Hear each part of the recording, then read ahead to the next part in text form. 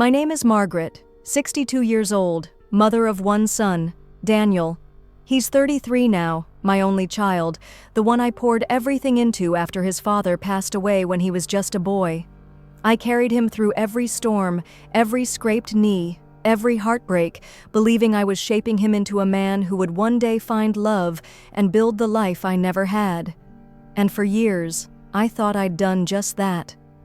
Until the afternoon I asked his fiancée, Emma, about their wedding date, and what she said changed everything I thought I knew about my family. It started innocently, the way most disasters do. Emma had come by for coffee, her laugh echoing through my kitchen, her ring catching the sunlight like it was proud of itself. She and Daniel had been engaged 6 months, and while he'd grown distant with me during that time, I chalked it up to love's early intoxication. That day, as I set the sugar bowl on the table, I asked the simplest of questions. "So, Emma, have you two decided on the wedding date yet?" She froze, just for a heartbeat. But it was enough. Her eyes darted to her phone, her lips tightened, and then she smiled. A rehearsed smile, the kind you wear at job interviews. "We haven't decided yet," she said. Except I knew she was lying. Mothers know. It's not about the words. It's about the pause, the shift in the air, the way truth avoids the room like it doesn't belong there. And in that silence, my stomach turned. I pressed gently. "Really? 6 months engaged and no date? I thought Daniel would want something soon." Emma's eyes flickered again, and then she leaned closer across the table. "Margaret," she whispered, "you deserve to know. But please don't tell Daniel I told you." Her words felt like a blade wrapped in velvet. I nodded, my hands trembling, and then she dropped it. "The wedding is already planned, but you're not invited." The world went soundless. I stared at her, waiting for the punchline that never came. Not invited? Me? The mother who raised him, who held his fevered head, who gave him my everything? I whispered, "Why?" But Emma just looked down at her cup and said, "Ask Daniel. He'll explain." That night, I called my son. My heart was beating so loudly I could barely hear the ringtone. When he answered, his voice was sharp, impatient. "Mom, why are you asking Emma about the wedding?"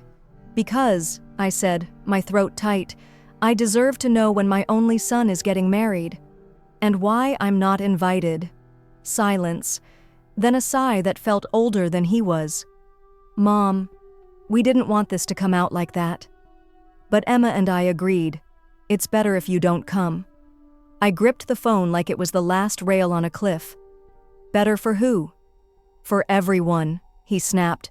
"You're controlling, you criticize everything, you never let me live my own life. Emma wants peace on our wedding day, not your commentary or your expectations." I felt my chest cave in. Years of devotion reduced to a single accusation. Controlling. It wasn't control, it was care, wasn't it? The curfews, the questions, the advice I gave without being asked, had it all felt like chains to him? "Daniel," I whispered, "I'm your mother. Don't I deserve to see you marry?" Another pause. And then the final strike. "Mom, if you show up, we'll have security escort you out." I dropped the phone. My legs gave out. I sat on the cold kitchen floor, staring at the tiles I'd scrubbed 1,000 times, realizing they were cleaner than my conscience. The days blurred after that. Whispers in town reached me. Emma's family had received invitations weeks ago, my son beaming in the photos they posted online. I scrolled through their smiles at night, tears staining the pillow.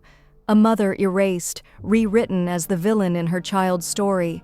But pain has a strange way of sharpening the truth. Alone in that silence, I replayed the years. The times I corrected him in front of friends, the way I dismissed girlfriends I didn't like, the constant reminders of how much I'd sacrificed. I thought I was guiding him. Maybe I was suffocating him. The wedding day came. I wasn't there. Instead, I sat on my porch, holding a photo of him as a boy, his gap-toothed smile, his hand clutching mine. And I let the grief wash over me. He had chosen his peace over my presence, And maybe that was the truest sign of love he'd ever given me, the honesty to walk away. Here's the part that shocked me most. It wasn't Emma's answer. It wasn't Daniel's rejection. It was the realization that sometimes love isn't about holding on. Sometimes it's about letting go, even when it tears your heart to shreds. If you've ever been cut out by the very people you thought you lived for, hear me. Your worth is not measured by their invitation. You are still whole, even if they leave you behind. I asked my daughter-in-law the wedding date. Her answer shocked me. But what it revealed shocked me even more, that the hardest thing a parent can do is accept that their child no longer needs them. I asked my daughter-in-law the wedding date. Her answer shocked me. But what it revealed shocked me even more, that the hardest thing a parent can do is accept that their child no longer needs them. For weeks after, I lived like a ghost inside my own house. The kettle whistled to an empty kitchen. The phone sat silent on the counter. I had raised a boy who no longer called me mom, but treated me like a problem to be managed. I'd scroll through photos of strangers online just to avoid stumbling onto their smiling faces, him in a suit I had no part in choosing, her in a dress I would never describe with pride. But grief has layers, and beneath the anger there was something colder. Shame. Had I really pushed him that far?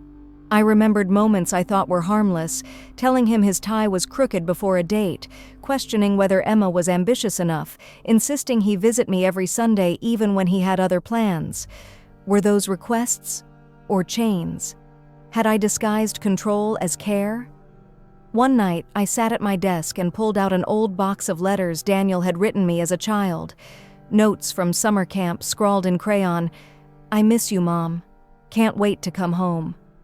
Another from college. "Thank you for pushing me. I got the internship because you never let me quit."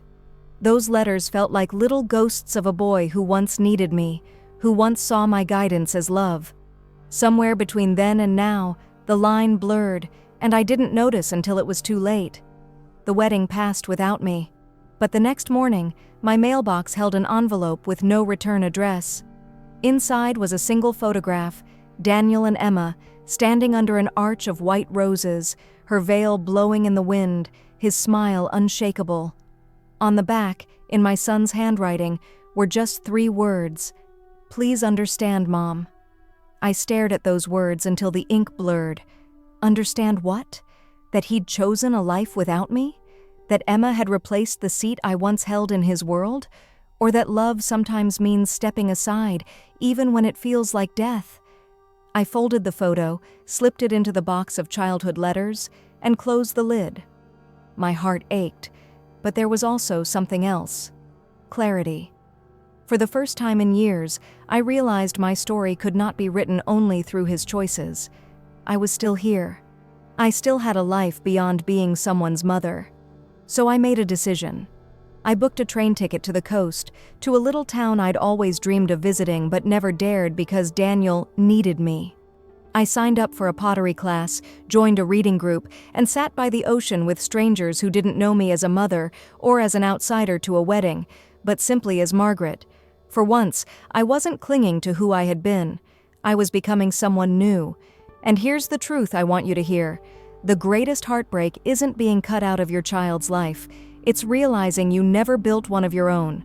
But healing begins the moment you do. So if you've been told you're not invited, whether to a wedding, a family, or someone's future, know this: you are still invited to your own. And that is a ceremony no one can take from you.